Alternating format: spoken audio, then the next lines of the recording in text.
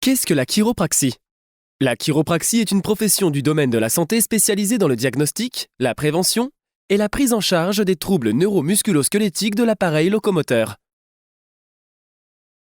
La chiropraxie propose une prise en charge conservatrice et non médicamenteuse des douleurs du dos, mais aussi des membres.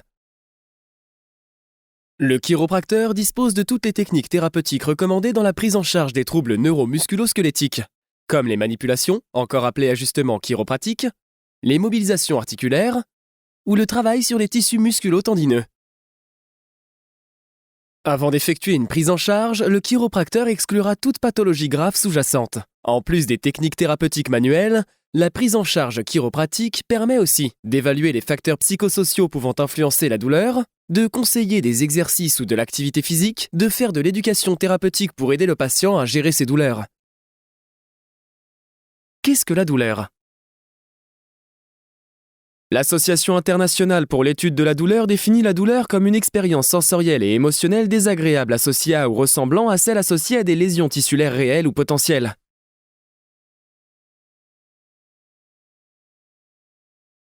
Si cette douleur est nouvelle et récente, on parle de douleur aiguë ou subaiguë. Au-delà de 3 mois, on parle de douleur chronique. Si celle-ci a tendance à disparaître et réapparaître régulièrement, on parle alors d'une douleur récurrente. Voici quelques informations importantes concernant la douleur. La douleur est un signal d'alerte qui sert à nous protéger. Elle a donc généralement un rôle adaptatif. Cependant, la douleur peut avoir des effets négatifs sur la fonction et le bien-être social et psychologique. La douleur est toujours une expérience personnelle qui est influencée, à des degrés divers, par des facteurs biologiques, psychologiques et sociaux. Parmi les facteurs rencontrés, nous retrouvons le stress, le pessimisme sur l'expérience douloureuse, le manque d'activité physique ou encore les fausses croyances. Comment le chiropracteur prend-il en charge son patient? Une consultation chiropratique se déroule en 3 étapes. L'anamnèse, l'examen clinique, le traitement.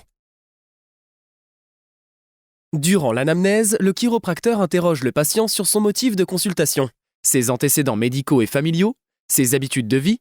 Cela permet d'établir une liste de diagnostics probables.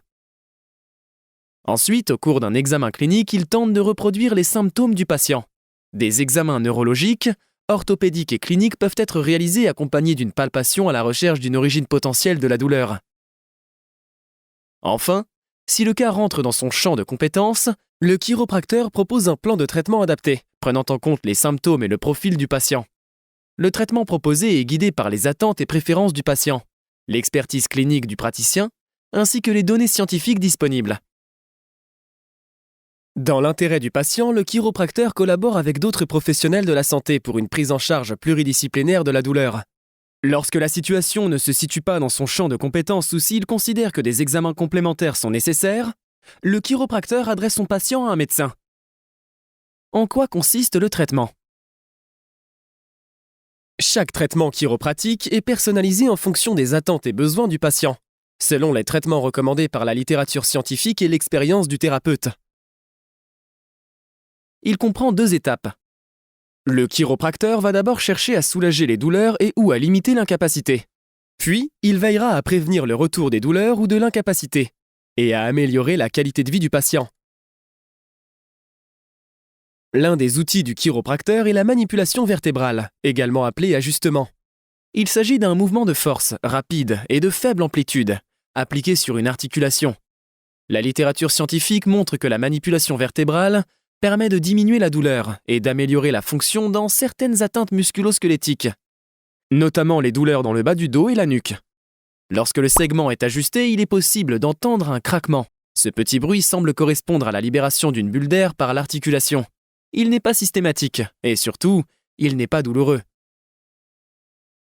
La mobilisation n'est pas une manœuvre forcée et ne comporte pas de mouvement d'accélération. Elle s'adresse à une ou plusieurs articulations consécutives pour solliciter leur mobilité dans les limites de la physiologie articulaire. Le travail des tissus mous, muscles et tendons, combine des techniques musculaires réflexes, des étirements, des contractions-relâchements ou des frictions ligamentaires.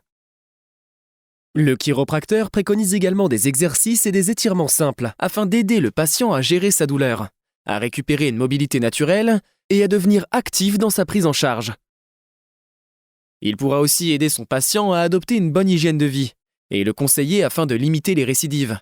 Pratiques sportives, alimentation, sommeil, gestion du stress ou ergonomie de son poste de travail.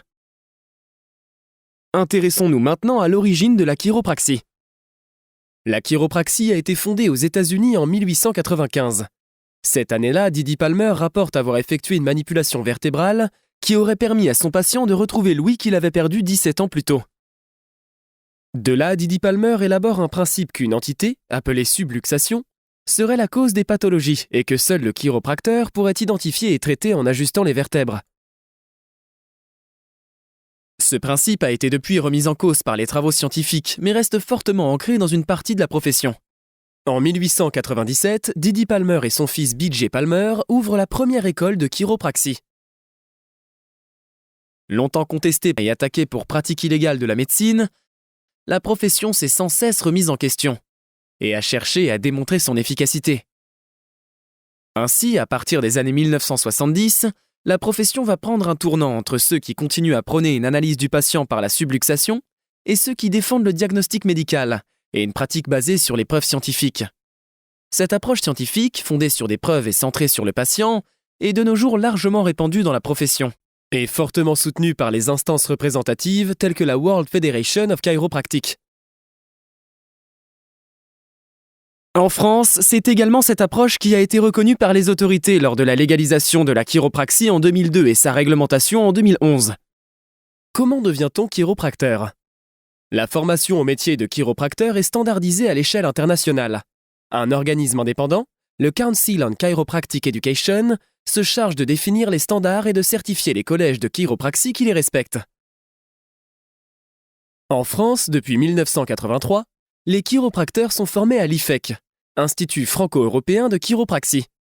C'est le seul établissement habilité à délivrer le diplôme de chiropracteur, enregistré au répertoire national des certifications professionnelles, niveau master et reconnu dans plus de 40 pays. La formation dure 5 ans et comprend près de 5000 heures de formation réparties en cours magistraux, travaux pratiques et stages.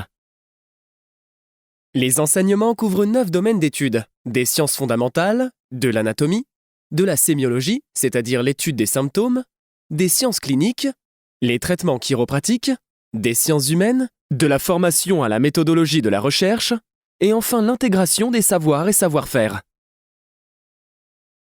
Après avoir validé les 85 unités d'enseignement, l'ensemble de leurs stages en secteur hospitalier, en cabinet libéral et au centre clinique de l'école, et réussi leur examen final, les jeunes diplômés peuvent s'installer en tant que chiropracteurs, en France ou à l'étranger. L'efficacité de la chiropraxie est-elle scientifiquement prouvée ?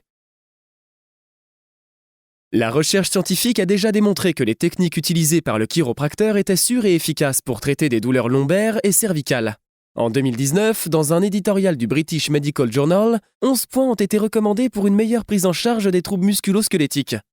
L'arsenal chiropratique couvre l'ensemble de ces points.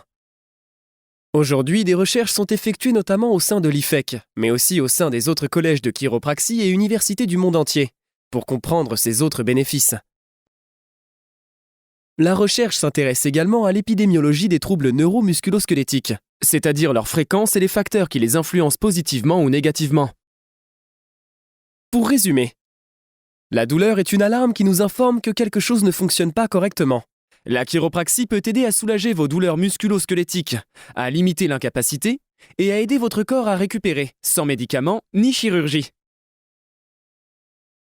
On peut y avoir recours à tout âge et quel que soit son profil, afin de prévenir ou traiter les douleurs articulaires et améliorer sa qualité de vie.